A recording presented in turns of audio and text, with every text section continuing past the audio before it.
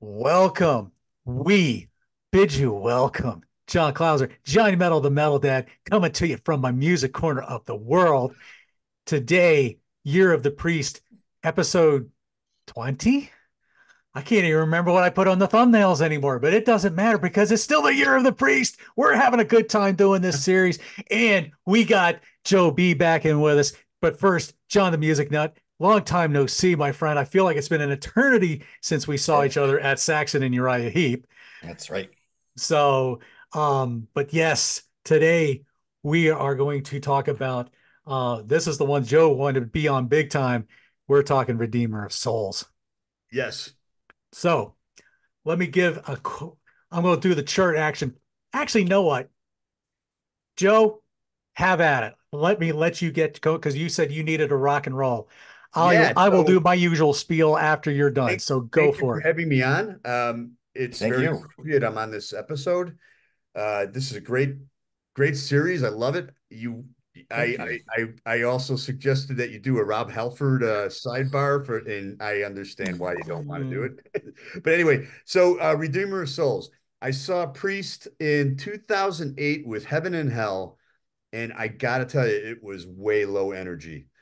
And then they announced they announced they were going to retire and everything. So then, I remember I think it was American Idol, right? They show up with this new guitar player, and it's Richie Faulkner. So just by chance, I buy the album, and I really enjoyed it. I'm like, okay, this is a step up from their last few albums with KK because they sounded like kind of, I don't know, in my opinion, I felt they were sounding like old men. They were kind of going through the motions.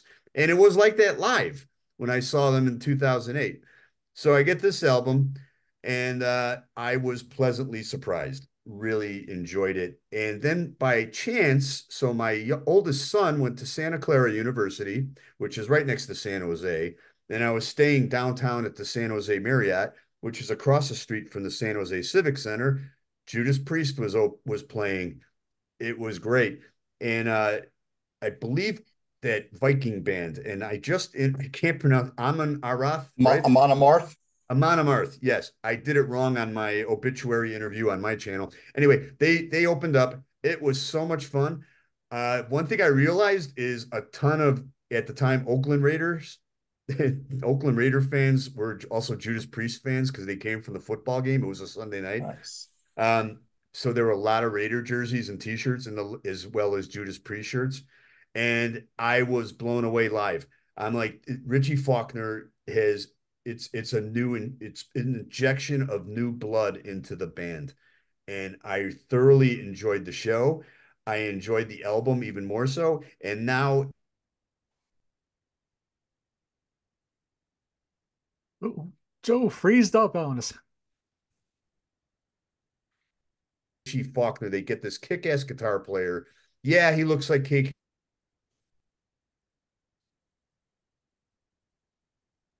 He's absolutely right, though. He does look Rich, like a young KK. Yes, I agree and with that. he gave them a rebirth. Yes. Yeah, yeah, Joe, I see it as a injection, a blood transfusion. yeah, And yeah, I was blown away by the way he played live. And the San Jose Civic Center is a great place to see a show. It's it's not an arena, but it's not a concert hall. It's somewhere in between. So it's great show.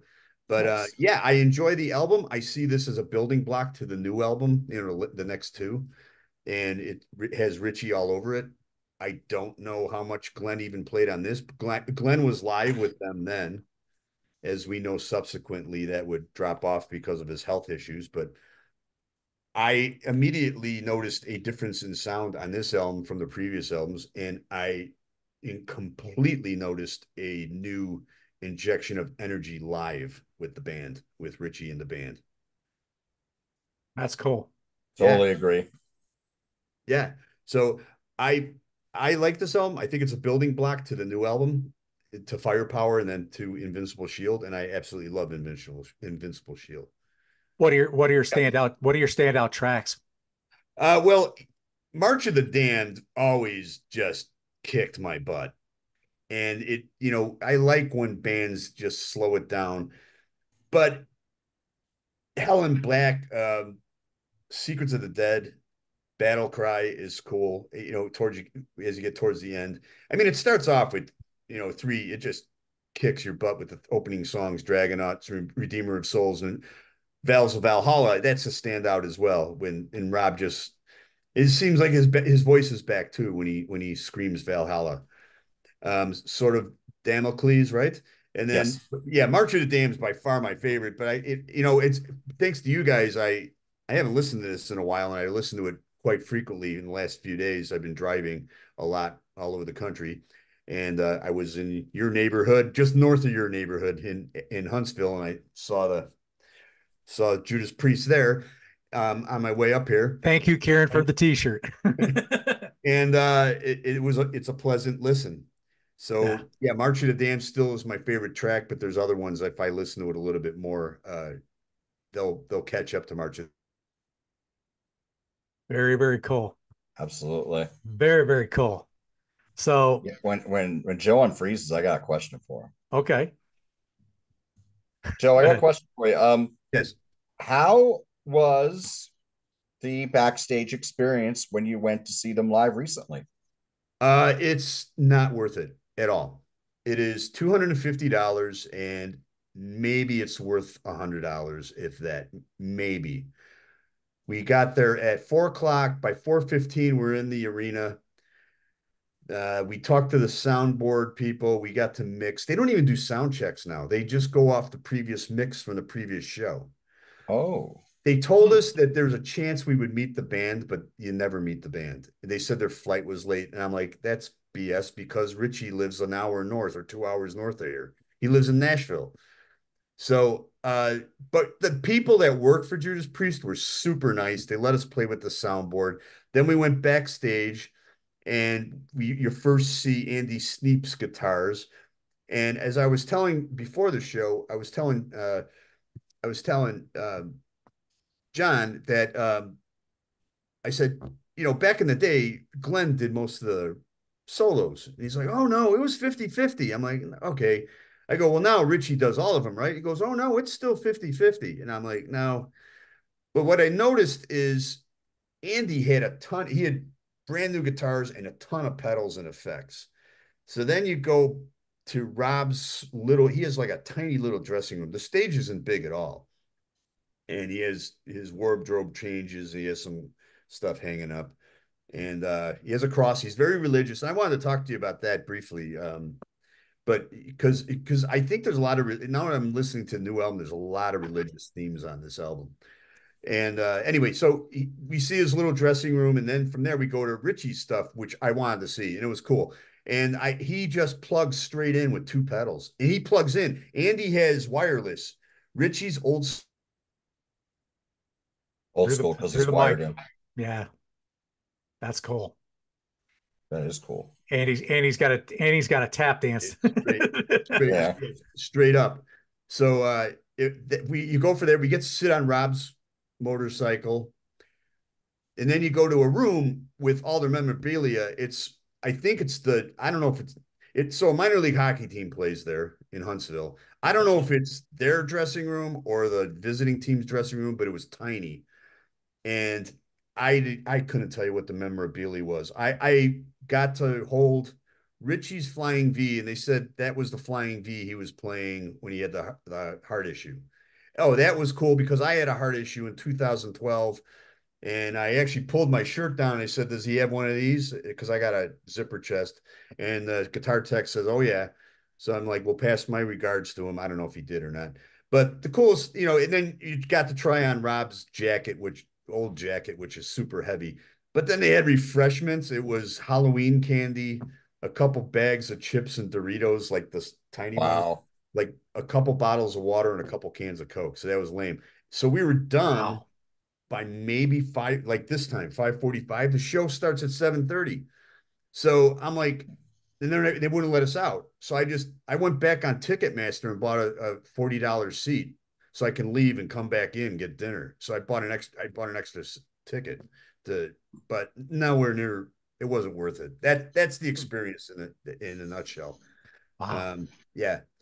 But the concert, probably the best I've ever seen him. And the times I've seen him at Richie have been just amazing. So I've seen him 3 times with Richie.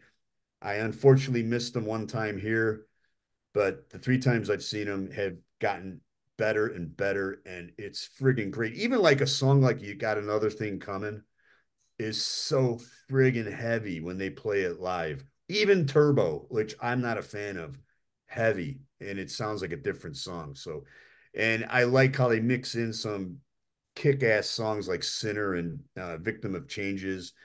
I have no complaints with the set list that on this tour, I mean, current tour. I mean, man, Yeah, Devil's Child, Love Bites. exactly. Yeah, yeah. I would have Exactly. loved to have heard Devil's Child personally. Oh, he's great. Yeah. That's, It seemed like they were testing some songs out on the set list. And by the time I saw them April 21st in Reading, they had the set list down and they've been playing that same set list ever since.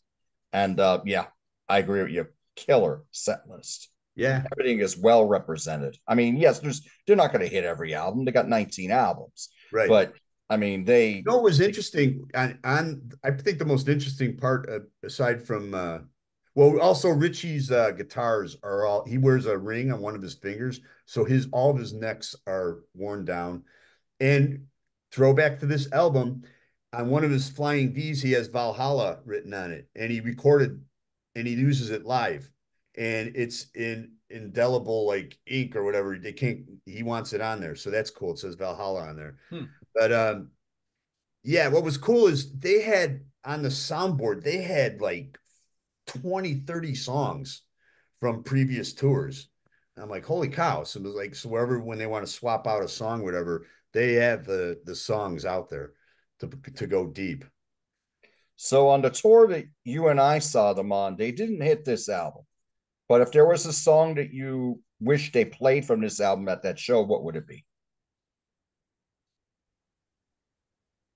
Did you hear my question, Joe? You No, froze for a go on. second. Yeah. Okay, all good. So they didn't play anything from Redeemer of Souls when I saw them, and I imagine they didn't when you did either. No. So I'm I if there think in was Europe they were, and then they they dropped that, and now they're playing Victim of Changes and Sinner, which I approve. Yeah. if you were to pick one song from this album, what would it be? I mean, March of the Damned is still, Okay. that just hits me. It's like Devil's Child, when they slow down, I'm a sucker for guitar chunks, yeah, and Crown of Thorns, and they do it. I'm like, okay, I'm in. I love weird guitar, like Sinner too, the whammy bar, any weird guitar sound or chunk or whatever, I'm in. I'm all in. So, yeah. Now with this album, would you when I listen to this album, and I'm going to go into this further, would you say that there's a lot of references here to their 70s albums? Yeah, but not as much. I think it gets even more so in the next two. I see this Okay, as a building block album, gotcha. building up to this, to the current album, which I rank in their top five if you include the bonus tracks. Um, yeah, no, I agree, and I believe it's all Richie digging back into the catalog and bringing up these little bits and pieces. He's an amazing guitar player. He's one of my favorites for sure. Certainly is. Yeah. Now I got a quick question. Did you get the bonus EP of Redeemer that had like five extra tracks? So I got the CD with the extra tracks, and of course I got the extra tracks on iTunes. And Okay. the extra tracks take it to another level. I think that the what song is that? Fight for Your Life is so kick ass. I mean, No, no, no, no. I'm oh, talking Redeemer. oh, Redeemer. I got the deluxe. I'm sorry, I thought you meant the new one. Sorry. I have the deluxe version. Yes, Okay. yeah, I got the CD and I downloaded the deluxe version, or I got it on, maybe it was iTunes back then. Yeah, Yeah. I need to listen to those five songs from that. They call it the Five Souls EP. I need to listen to yeah, that to yeah, see what those sound like because I glossed over that one. So yeah. I Snake missed Bite, it. Tears of Blood, Creatures, Bring It On, and Never Forget. Yeah. Yeah. Good Yeah, I stuff. mean, it's a lot of songs. That's maybe that's one of the criticisms, but it's very good. It's a building, but it's a building block album, I see, you know. But you Yeah, can tell, it's pretty tight. yeah, he's definitely a blood transfusion for the band. As I said, when I saw them in 2008 with Heaven and Hell, and I was excited for Heaven and Hell, and then Priest. I don't know, I thought they were low energy with especially with KK. And you read Rob's book, and we talked about that briefly before. And I think Rob needs to focus more on the music to balance it. But when he does focus on the music, he has some good ticket. But man, he rips in the Ken, KK Downing, and almost to a fault on the album. But yeah, I felt it was very low energy. And then when I saw them in San Jose, California on this tour, it was like holy cow. And I was told because I think they did a tour previous to this with Richie, and I know he was on American Idol too with them and everything. And I was told that it was great, and I was also told that previous tour they resurrected Turbo, but it sounded super heavy, which I was like, okay, I'm in. So yeah, I believe that Very, was the Epitaph tour. I believe that was the one before Redeemer. I yeah, could be wrong. I believe it was the Epitaph tour. yeah. And they played. It was one of the anniversaries. I think it was of British Steel, maybe. no, it wasn't British Steel. It was what album was it? screaming. No, it was Defenders, believe it or not. Okay. They played a lot of songs off of Defenders. So Hmm. yeah. But it was like a short set because it was co-headlining. Yeah. You would you definitely gotta say with Richie Faulkner. I think what Richie what Richie Castellano did with Blue Oyster Cult is what Richie Faulkner did with Judas Priest. He gave him that shot in the arm. Yeah. Yeah. It it's just we so far we got three albums with Richie Faulkner where we only have one with Castellano, and then the new album just came out. That's a lot of re-recorded tracks that didn't make the original albums. But yes, they they they got their mojo back Yeah. when So they one got thing I Richie. want to ask you guys, now if we get into the album, what do this album was produced by Glenn Tipton's, and then they go on to Andy Sneap for the next two albums. How do you compare the production of the three albums? I think they're pretty similar. I have no issues with the production on this album. Me either. I think I maybe it's a little fuller with Andy, but I think that Glenn and Mike Exeter they did a good job with the production on here. Yeah. I don't really have anything else to say about that. I would agree with that. Yeah. Yeah, I agree. I did. I immediately, I realized the guitar sound did sound different. It did sound like they had a different guitar player, and I like that. You know, So how would you rank this album? I would give it a 6. Well, no, out of 10, Out of 10, yeah. 7. Okay. Yeah. Why was I thinking? Yeah, I was I, gonna say you're saying this is like I've been doing numbers all day, so my math is horrible. no, Yeah, I would give it a 7 for sure. understood. Yeah, Is it Okay. yeah. is it this? Is it that Scott Steiner math again coming in your brain a little bit? Maybe I Yeah. don't know. Yeah. Or Grant Arthur math. Yeah. I Yeah, give us a 2.5 out of 5 or a 6 out of 10. something And like that. I give the new album a 10. Yeah. Yeah. Okay. I gave it a 5 on the website I write for, but he has a 5 scale. But Okay. yeah, I give the new album a 10. I would probably give Firepower an 8, and this would be a 7. Well, Yeah. we'll hold your thoughts on Firepower for next week Yeah. I because agree. Yeah, you'll be back with us for Firepower. So we're looking forward to that. that's right. Yeah. So so Joe, I thank you for being able to get Thank you, on here. John. I know you gotta run. So Yeah. No, it's Uh, great. When I found out he had this meeting, I was like, ah, shit, I still got to talk about this album. So I thank God and thank goodness my appointment got pushed 10 minutes later. So it's always great talking to you guys. thank you, John, Joe. we'll be in touch as well. I sent John absolutely. Absolutely. a clip of Sinner. I texted him the clip. So yeah. Or no, Saints in Hell, right?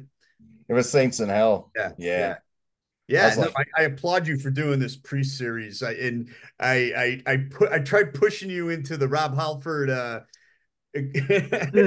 Halford Yeah, solo it's stuff, but I understand. Yeah, but yeah, if the you thing want to do Rob Halford solo, I'm in. So yeah, yeah, the thing we were that John and I were discussing was, if we do Halford, then we gotta do Fight. And yeah. then we gotta do Glenn. And we got to do two. and then we maybe we'll be asked to do two, and then we'll be asked to do cake. Album, which I love. I love all of Halford stuff. Two, I thought was great, and it introduced us to a man named John Lowry, who now became is known as John Five. That's right. That's true. Yeah, Absolutely. So we were thinking if we went down that road, we're talking September now. Oh yeah. yeah. We It's got to take like, a okay, break. we I know. started the beginning of the Yeah, year, I know. I get and this catalog is pretty it. lengthy. We were only going to do two of the live albums. We were only going to do Unleashed and Priest Live. And then some people were saying, hey, you got to do 98 Live Metal Meltdown. Which was pretty awesome, actually. It Yeah, is. And yeah. we're, Well, we're gonna another do it after going to after do Invincible it. Shield. All right. But so and then we got a couple of other things we'll do, and then we're gonna put this series to a rest. Sounds good. So All right, because gentlemen, it's been thank you fun. so much for your Thank you, Joe. understanding. Thank Thanks you. for Thank you, having me Joe. on and talk to you next time. You got it, brother. We'll see you next Take week care. for Firepower, brother. Right. All right. All right. There we go. All right. So we got there you go, folks. You got Joe B already in there from wasting some time with Average Joe. It makes me So bad. I came on 4 minutes late. that's four okay. minutes late before we pressed record. I mean, folks, just to let you know. That's hey, these things happen, right? It's all good Yeah. though. Because I was thinking it was just going to be you and I solo, but then Joe was able to It get back on after all, yeah, which is awesome. these are the things that happen last second. So welcome to our world, right? Exactly. All right. So yeah, Redeemer of Souls. So we're looking at January 2011. They started the process of writing the new material for what was going to be what was thought to be their final album. Right. And of course, well, then in April, KK announces that he's retiring from the band or leaving the band, both citing the differences of the kind of the breakdown in management and relationship and all that kind of stuff. So in walked Richie Faulkner from Lauren Harris's band, Steve Harris's daughter, as his replacement. Um, let's see, recorded between 2013, 2014, released in the United States on July 8th of 2014, Europe in July 11th, the UK July 14th on the Epic label, produced by Mike Exeter and Glenn Tipton, as we've already mentioned. We have practically 62 minutes. So let's see. And Nostradamus was an hour and 40. So yeah, about half a little less than half the length, but 13 powerhouse songs, in my opinion. There's a lot of chart action here. Let's just see. Let's see. Australian charts, Dan and Peter Kerr and Bicycle Legs' Neck of the Woods, 31. Austrian charts, number 6. Two different Belgian charts, 25 and 30. Canadian up in Mike Ladano and Metal Roger, number 5. The Czech albums, number 1. Uh, Nice. Danish albums, number 9. Dutch albums, number 26. The Finnish albums, number 1. French albums, number 22. German albums, number 3. Hungarian, 13. Irish, number 32. Italian, 29. New Zealand, down to Steve Deluxe's neck of the woods, 31. Norwegian, Hey Ove Random, and my buddy Paul, number 3. Polish charts, there's a new one for you. Number 8. Scottish charts, number 12. Spanish, number 9. Swedish, 5. Swiss, number 6. UK, number 12. UK rock and metal albums, number 1. US Billboard 200, number 6.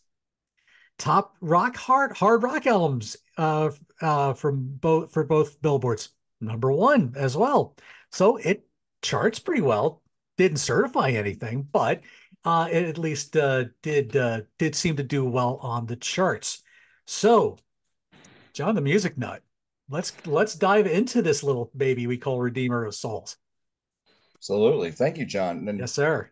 And the thing at this point, it's not going to certify because by this point, people aren't buying albums, they're downloading music. And at that point, Billboard wasn't counting downloads into album sales. That wouldn't start until 2016. How Correct. did I learn this? I learned it when I was doing my most recent Contrarian show, which is not aired yet. That should be out shortly. Oh, okay. Top five guilty pleasures. That will be the topic. All right. First show in 3 months with the Contrarians. Wow. So, Redeemer of Souls. Here we go. We got the logo back. Killer cover.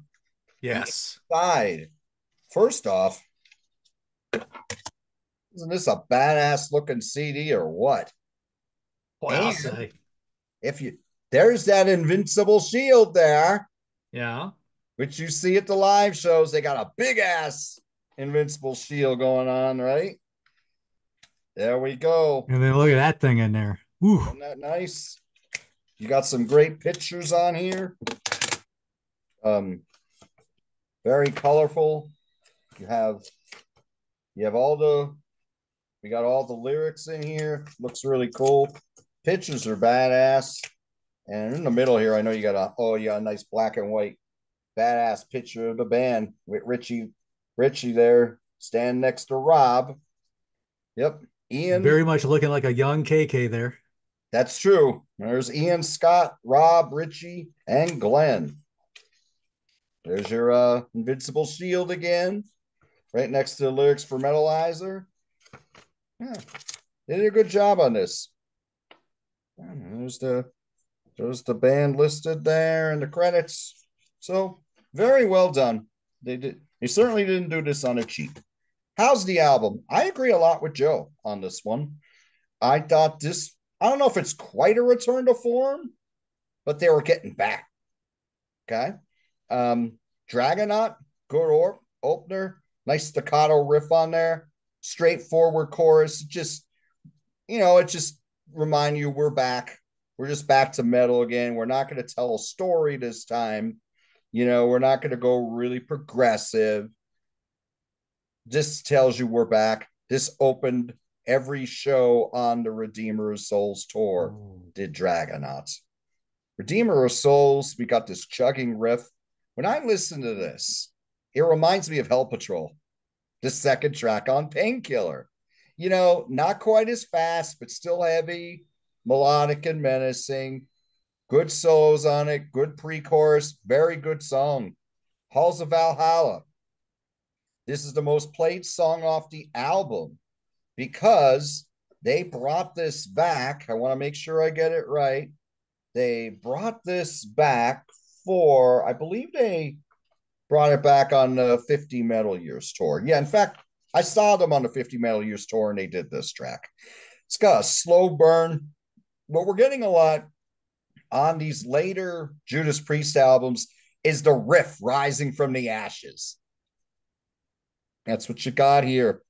Your kamikaze solos, memorable choruses, remind you of 80s Priest.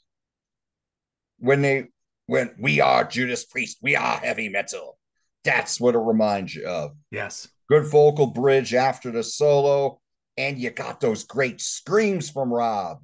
They're back.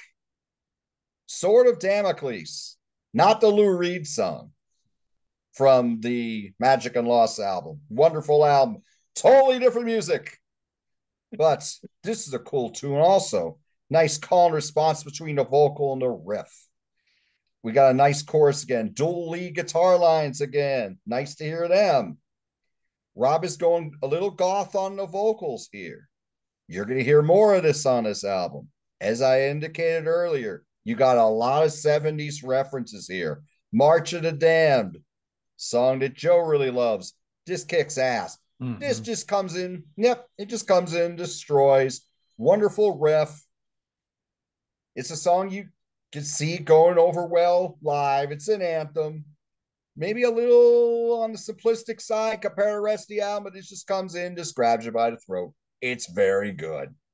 Down in Flames, this again recalls 80s and 90s Priest a little bit. going down in a blaze of glory in the chorus. That sounds very Painkiller. Very good.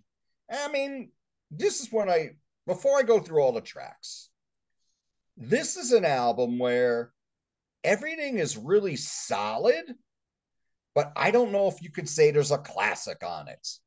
And there's nothing on here that really disappoints.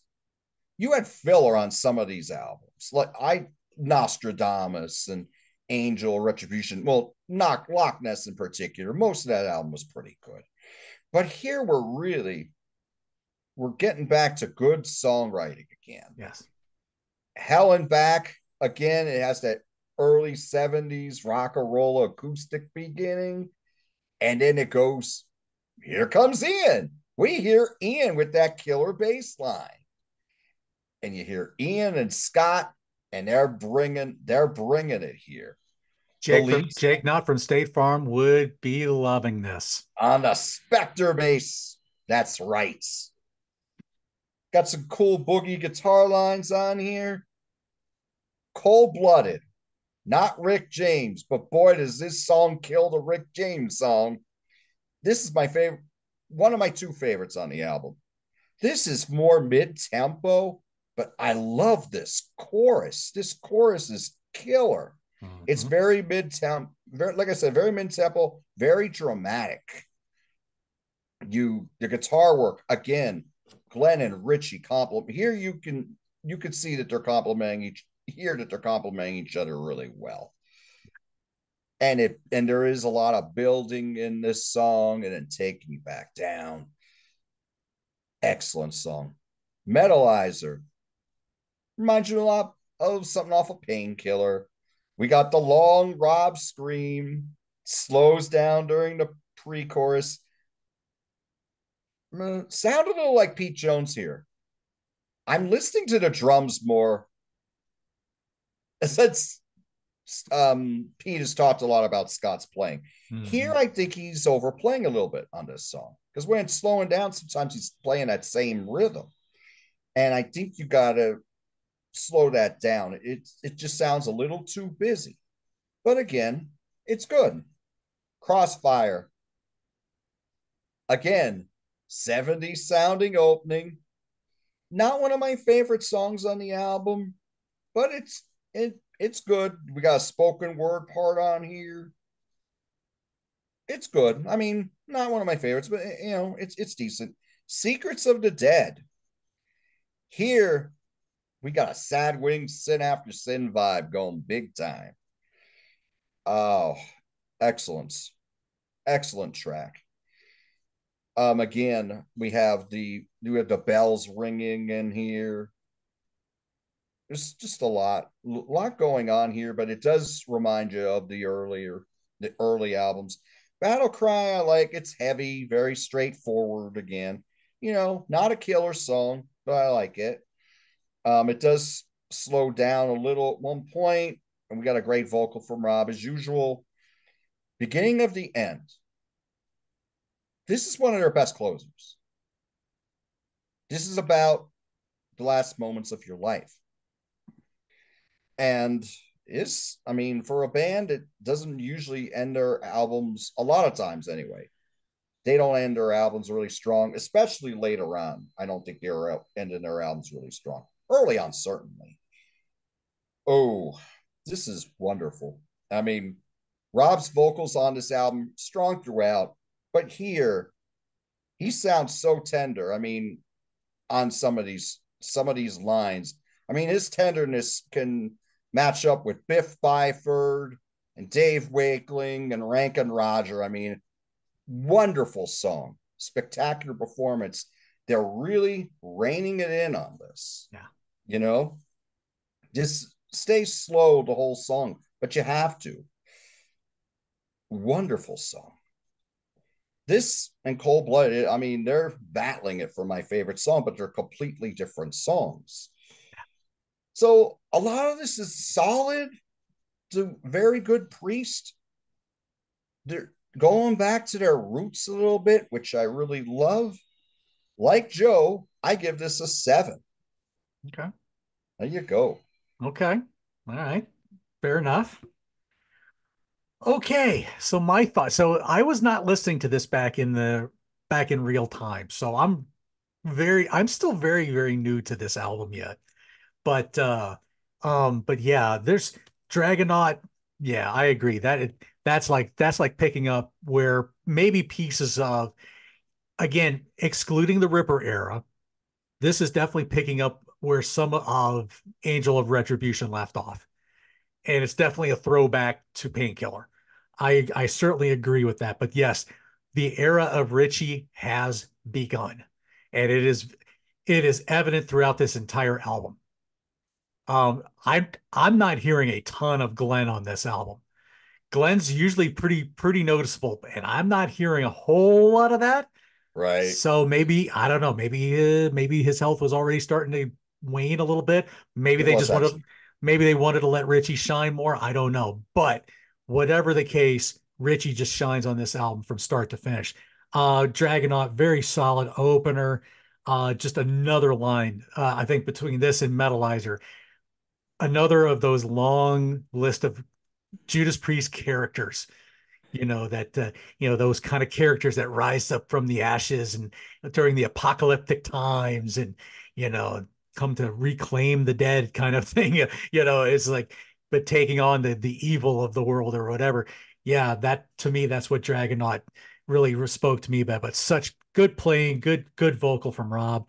um Redeemer of Souls. Ah, gosh, you got a little bit of that lower register vocal. You got great fluid guitar work. Um, you got that theme of redemption with some spirituality and kind of just the whole battle of good and evil. Just another banger of a song. Halls of Valhalla. I mean, now you're going to some Norse mythology here, which is always a great. You got a third banger in a row, and then you get, just when you thought you didn't need it, you get a Rob Halford deep growl. Yeah. Oh my! When he goes that, that Cookie Monster vocal kind of thing, I'm like, holy crap! Did I not know I needed to have some of that in my life? Yeah. One of my favorite tracks. I love the Halls of Valhalla. Love it. Just absolutely banger of a song. Sword of Damocles, a kind of a maiden-like banger. Kind of that, hey, beware of the power you wield. Mm. But then about 3 minutes and 30 seconds in, you get this just absolute crushing part of the song that's like, whoa, yikes. Love that section. March of the Damned. I think if you took Rob out of this and put Ozzy in it, it would work. Yes. I could so hear Ozzy playing this. Oh, yes. He Very sounds a little much like so. Ozzy on the vocal. He does. He really does.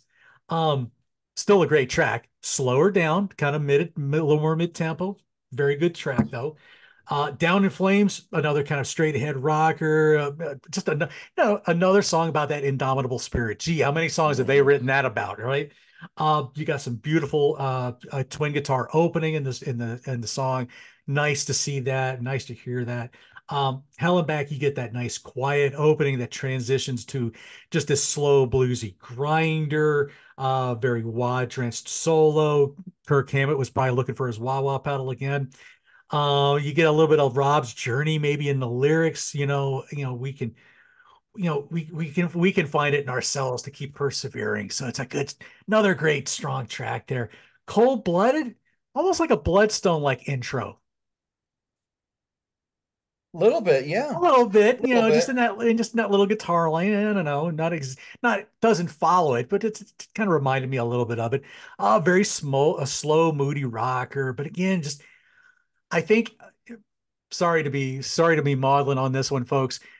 How important the human connection can be, and John and I experienced that at Saxon and Uriah Heep, getting to meet in person, and we didn't leave there till like 1:30, quarter of 2 in the morning. So yeah, how we got home, I'll never know, but we did. And but that is that human connection. Sometimes you just kind of need that, because that cold-blooded can really seep into people. And yeah, it's not a good place to be. But it's a very strong track. Another, unlike you, one of my favorites.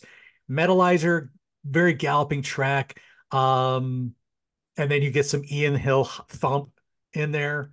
So another, again, Mhm. another throwback to that Painkiller, maybe early Angel Retribution era. Crossfire, you get some funky bluesy kind of an opening riff. Mhm. But to me, it's just like it's like almost like an info overload kind of song here. Then you begin to think, well, what is truth? As Pontius Pilate says, well, what is truth? And how does one navigate through all this info overload that is now the what we have experienced now in the 2000s? That's a I don't know about you, John, but as an old fogey, that sometimes makes my brain spin. It does. Mine too.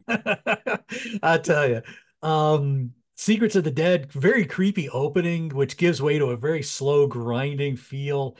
Again, these unanswered questions in life, that we may never understand. There's a lot of weird questions that I question all the time, and I'm like, yeah, I'll get there one of these days. But another fun track, Battle Cry, another galloping track, very maiden like interplay.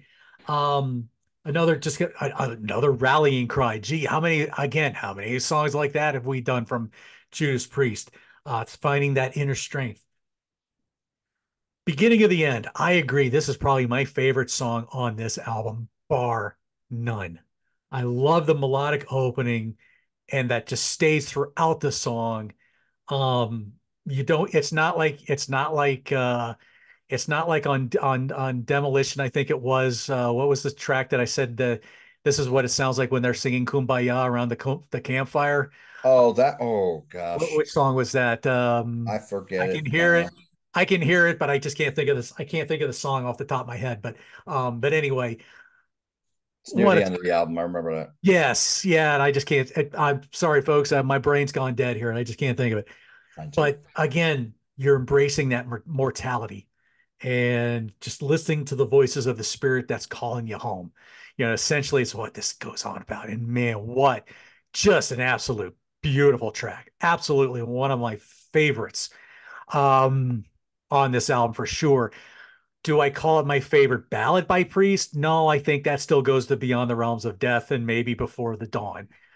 But this is definitely up there. I was just gonna say thank you for reading my mind, John. I'm like, and I didn't write this down, but I'm thinking, I know you're not a big fan of Last Rose of Summer, but I'm thinking Last Rose of Summer and Before the Dawn when I listen to this. Right. But Right. maybe even better. I Yeah. mean, this is just so. It, maybe this is the classic from the album, you know. Maybe. But yeah, maybe this is the one in retrospect. Maybe. Mhm. But and not that Last Rose of Summer is all that bad. It just I don't Right, know. It just there was just something about it that just I don't know. It just didn't capture my heart too much, I right. guess. But it's still not a bad song. Don't get me wrong. But Mhm. for me, I give this album pretty much I'm going to probably say about an 8. That's Okay. kind of how much I just really enjoyed the energy of this. But I admit, as I was preparing for this show, I'll be kind of honest. I was like ready. I was like almost thankful for it to be over because it was getting a little bit wearing. The more I listened to this, the more I was trying to let this sink into the DNA. And I was just like, oh, finally. It was like beginning of the end was it was just like there to hug me. Yeah, So, so it that was sums it up really well. so so there you have it. So now the question is, what did they do on this tour, and what kind of crazy tour did they do with this thing, and what songs did they hit? All right. Excellent as always, John. Excellent. 129 dates. This was an interesting tour. I'm glad you asked that question, John, about what did they Woo! play. On this tour, they brought some songs back from the dead in a live setting. Love Bites was on this tour, first time Ooh. since 86. Jawbreaker, first time since 84. The last song of the encore would be Defenders of the Faith. Not one of my favorite last songs from a Priest album, but it would work well in an encore because you're saying we are Defenders of the Faith. Get that. Right.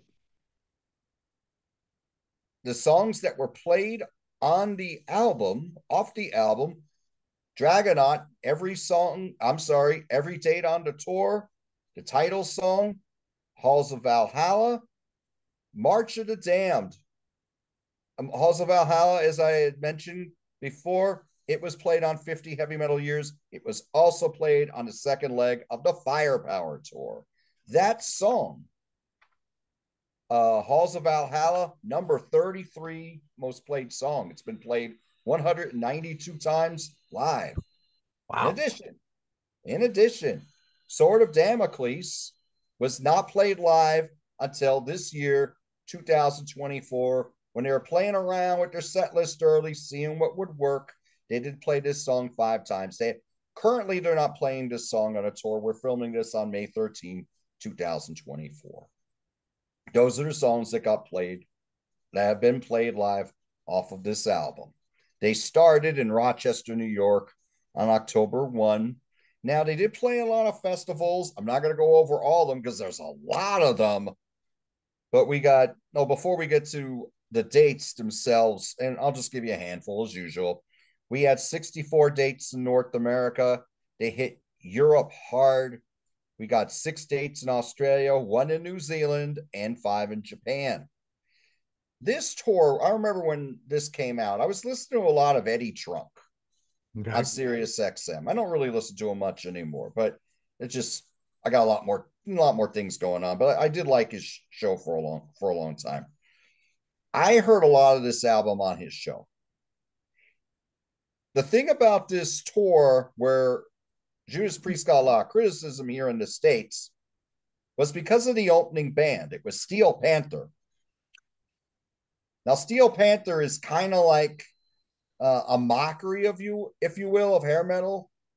They were on the tour, and a lot of people were like, "Why don't you get a real heavy metal band on this tour?" Yeah, I would agree with most. I mean, nothing against Steel Panther. I mean, I've heard them; they're talented, but Well, but wasn't one of the guitar players with Rob in Fight?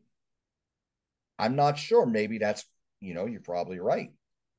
I want to say he was. I don't hold me to that, but go ahead. I'm going to look that up while Okay, you do that. I'm venturing you're right, but the next night after the Rochester show, they played the Louder Than Life Festival in Louisville, Kentucky. Who else was on this tour? Well, not really. Mastodon's pretty heavy, Hmm. but we also had Alter Bridge, Fuel, Corn, Limp Bizkit, Pop Evil, Stone Temple Pilots, and Theory of a Dead Man. John, was he in Rob's band? Russ Parrish, who was in Steel Panther, was on War of Words. I knew he was on War. I didn't know he was in Steel Panther. Yeah. But then, like again, I said talented, but I didn't really follow him. Yeah. Okay. Well, there you go. There you go. All right. Nothing personal. It's just no. I want get Pop Evil on there, get Mastodon. But just my opinion. Yeah. Casino Rama in Orleans, Ontario, Canada, Barclays Center in Brooklyn, New York, the PPL Center in Allentown, Pennsylvania, Harvest Bank Theater, Kansas City, Missouri, Ford Center, Evansville, Indiana, Gwinnett Center, Duluth, Georgia, Laredo Energy Arena, Laredo, Texas. The Fun Festival in Austin, Texas. Also on Yeah. the bill. This is more like it. And even the bands that aren't metal are killer. Amon Amarth, Dinosaur Jr., they're not metal, but they're great. Sun Kill Moon, Gary Newman. Before you laugh, I've seen Gary Newman live. He's not just cars. Oh yeah. His music's pretty freaking heavy. He's great. I saw him open for Ministry. I thought Gary Newman put on a better show. King Diamond, a show that my faithful partner John Clauser will be on Rock Daydream Nation. Yep. Is Abigail the best album from King Diamond? That's not the What one we tour? talk about, but It wasn't Abigail. I'm sorry. Fatal Portrait. Fatal Portrait. I'm sorry. Also on the tour, Modest Mouse, First Aid Kit. Sick of it all. Sick of it all. They're not metal, but they're cool. And Yola Tango, San Manuel, Indian Bingo and Casino in Highland, California, Maverick Center, West Valley City, Utah. Then we go to Australia. They're playing the Soundwave festivals. My internet connection is unstable. I don't know why. They're playing Melbourne, Adelaide, and they played at the Enmore Theatre in Sydney, Australia. Maybe our friend Peter Kerr was there. And they played Auckland, New Zealand, home of Steve Deluxe and Tony Garea. They played their first ever show in New Zealand on this tour. Also on the bill. Oh, here we. Well, I love Fate No More. Fear Factory, Lamb of God. Lamb of God are cool. Papa Roach and Soundgarden. And then we hit Japan. The usual suspects: Osaka, Tokyo, Nagoya, Sapporo, Seoul, South Korea, Rio de Janeiro, Brazil, the Monsters of Rock Festival. Night one, also on this bill: Primal Fear, Cold Chamber, Rival Sons. They're awesome. Black Veil Bridges, Motorhead. You know how we feel about them. And there you go. And then they came back to the States and they brought in, as their opener, Texas Hippie Coalition. You ever hear them? They Can't got say this I have. great, they have this great song called Pissed Off and Mad About It. That sounds like There's something. some, Sounds like something Dangerous Toys would do. there you go. There's some fighting words. They're cool. They played Rock on the Range in Columbus, Ohio, The Shoe in Cincinnati, Ohio, Rosemont Theater in Chicago, Illinois. That was the Rosemont Horizon. And Saxon opened that one. And then May of 15, yes, this tour went on forever. They played Europe, Germany, Finland. They did the Download Festival. They did Sweden Rock. They did Hellfest. They played Netherlands, Luxembourg, Italy, Czechia, Poland, Serbia, Bulgaria, Romania, and Rockwave in Greece. And July 11, Hard Rock Live. They come back to the States in Biloxi, Mississippi. Texas Hippie Coalition was part of that one. And they also hit Spain, Hungary, and Australia back in the U.S. They were playing the Warfield in San Francisco. Now, looks like they're playing some smaller venues here. The Brant Center in Regina, Saskatchewan, the Paramount Theater in Huntington, New York, Scotiabank Theater, Halifax, Nova Scotia. And then they went back to Europe and they did a ton of dates there. And this time he also hit Switzerland and England and Scotland and Estonia and Lithuania and Poland and Belgium. And the last day of the tour in Europe. Oh, by the way, the opener on the dates in the last leg of Europe, the last leg of dates, I should say, UFO opened. I'm thinking it might have been a more special guest UFO. The last show was in Oberhausen, Germany. Thank you. Wow. I tell you what, that is one heck of a tour. That is a crazy long tour. Yeah. And coffee helps. I can, yeah, I can imagine. Oh Mm-hmm. boy. Oh boy. Well, one thing I want to mention before we sign off on this episode, before we talk about what's coming next week. Again, we want to thank Joe B for being on with us, even if he couldn't stay for the entire time. We'll have him back on next week for Firepower, of course. So we'll get to Yes. talk about this little gem here. So Firepower. that sounded more like Brian Johnson, actually.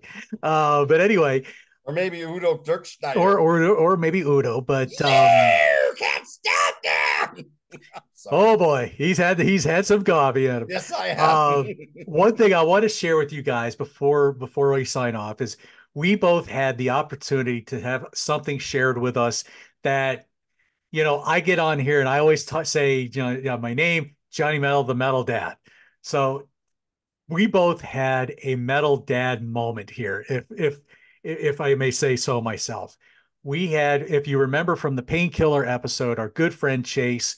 Um, so he went to see the Invincible Shield tour this past weekend over in Atlanta in Alpharetta, Georgia. Now, what here's the story behind how here's what happens. So about 2 months ago or so, I get an email from Chase's wife. And at the time, she noticed that he was always watching us. Now, I know Chase from our local record store here in Birmingham called Seasick Records, and we developed a pretty good friendship from there. So she happened to notice he was watching us, and somehow she saw my channel and saw my email address and reached out to me. And then she realized, hey, wait a second. Are you the same guy that we met at SmackDown? And of course, we were both at the Birmingham SmackDown when The Rock showed up. And she was like, "Oh my gosh, I didn't realize that was you." So that's just how it came about. And so we were like, okay, when do we want to? She posed this idea to me. She wanted to do a special thing for Chase where they go to a lot of shows together. Usually they know the bands that they're going to see. And so if Chase doesn't, if she doesn't know the band, then Chase goes by himself or vice versa. So, but with this one, she was like, I wanted to surprise Chase by really just doing a deep dive into the band and just trying to know as much as I could so I could feel like when I go to this concert with him, that we can really enjoy it. So she got him tickets to the Atlanta show. And so all the while she's planning out this little video thing. So John and I got to talk with her for about 45 minutes or something like that. And she pulled out maybe about a minute and a half worth of stuff to use in this little video thing that kind of worked its way into the video. And she shows him it's like a 3.5 minute video of some sort. And it just kind of showed where it started for her. And then she's like, okay, now I need to call in some experts. And then here comes us. So we get into the show, and then she goes out through the workout process of trying to learn and memorize and all these different things. Um, so when Chase gets to see all this video, he texts me then that morning. He's like, and you, sir, are some very sneaky little buggers. And so he said, yeah, I totally fell out when I saw that. When I saw you guys, I completely fell out. I was like, wow, that was absolutely amazing. So it was a wonderful thing for us to participate in. We were very thankful that we were, able to do that for him. Chase is a really good dude. I really have gotten to enjoy getting to know him over the last year or so. So we hope that we can get him on and do some more shows with him at some point. So, you know, it warms my heart to be, to know that we had a metal dad moment of sorts. So that's a very cool thing. So there you go. We've got all kinds of different things brewing. I know John's got he's going to be recording a show here in just a little bit. Um, we've got all kinds of you can read about us in all the different books from Martin Popoff and Tim Derling. Um, what else? Is there something else out there I'm missing that Well, you we got your needed to throw out there? oh, just a suggestion for all of you watching. If you haven't seen it already, go check out Rock Daydream Nation when our friend John joins a Steam panel to talk about the band Tough. Yes, TUFF. yes. That was a great video. That was a lot of fun. I You was could tell I they were was having a lot of fun doing it. it was a lot of fun. We really tried we wanted to try to be as respectful as we could because we knew the metal sludge people would probably be all over us if we were like bashing it or whatever. But say for what it was, folks, that Tough album was actually not a bad album. I actually enjoyed it. I just think it came out a little too late, but for its time. But it really was a good album. I highly suggest checking that out on Rock Daydream Nation. Um, so John, you just did something with on Orion the Hunter on Grant's Rock Warehouse. And I it's was part of I was going to jump on that one, but I wound up having a migraine from hell, so I I Mm, wasn't able to get on that one. oh, I probably could have made that show about an hour long if I'd gotten on there, but no. But yeah, that's a good album. I enjoy it, but the only I want to say this about that. It had Gary Goodrow pretty much had Barry, the top Barry Goodrow is what I'm saying. I don't know what I said now. Gary. Barry, yeah, Gary. Barry Goodrow, he just he was never going to get out of Tom Scholz's shadow, in my opinion. Yeah. You know, this his solo album was good, which I know that's what led to him getting dismissed from Boston. But then, Orion the Hunters isn't a bad album, but there's like he was never he was it they were always going to know as, oh, he was that guitar player from Boston, which now we've come to realize he was only on what, two or three solos on that first album. Oh, I didn't even know that. Oh yeah, Tom Scholz plays pretty much everything but the drums. And I think Barry's probably does like one or two solos or one or two, three solos, and that's about it. He doesn't really play that much on that album. Hmm. Same with Don't Look Back, I think. Maybe a little Hmm. bit more on Don't Look Back, but yeah, I think I don't remember the breakdown. But anyway, we're kind of veered off on a totally different tangent. But anyway, lots of great stuff out there. I put a bunch of different channels in the description for y'all to check out. So please go check them out. Next week, as I said, we bring Joe back. We're going to be talking about Firepower. We are winding in this series down. Who is anybody happy about that or anybody sad about that? I don't know, but we are looking forward to doing some Firepower next week with Joe. So please like, share, subscribe. You know all that lingo. John, you and I need to talk about the Saxon Uriah Heep show at some time. Not right now though, but we need to at least talk about that at some point. So for my good friend John the Music Nut, John Clauser, Johnny Metal the Metal Dad, we'll see you next week. Rock forever, y'all. We'll see you next week with Firepower. Take care, everybody.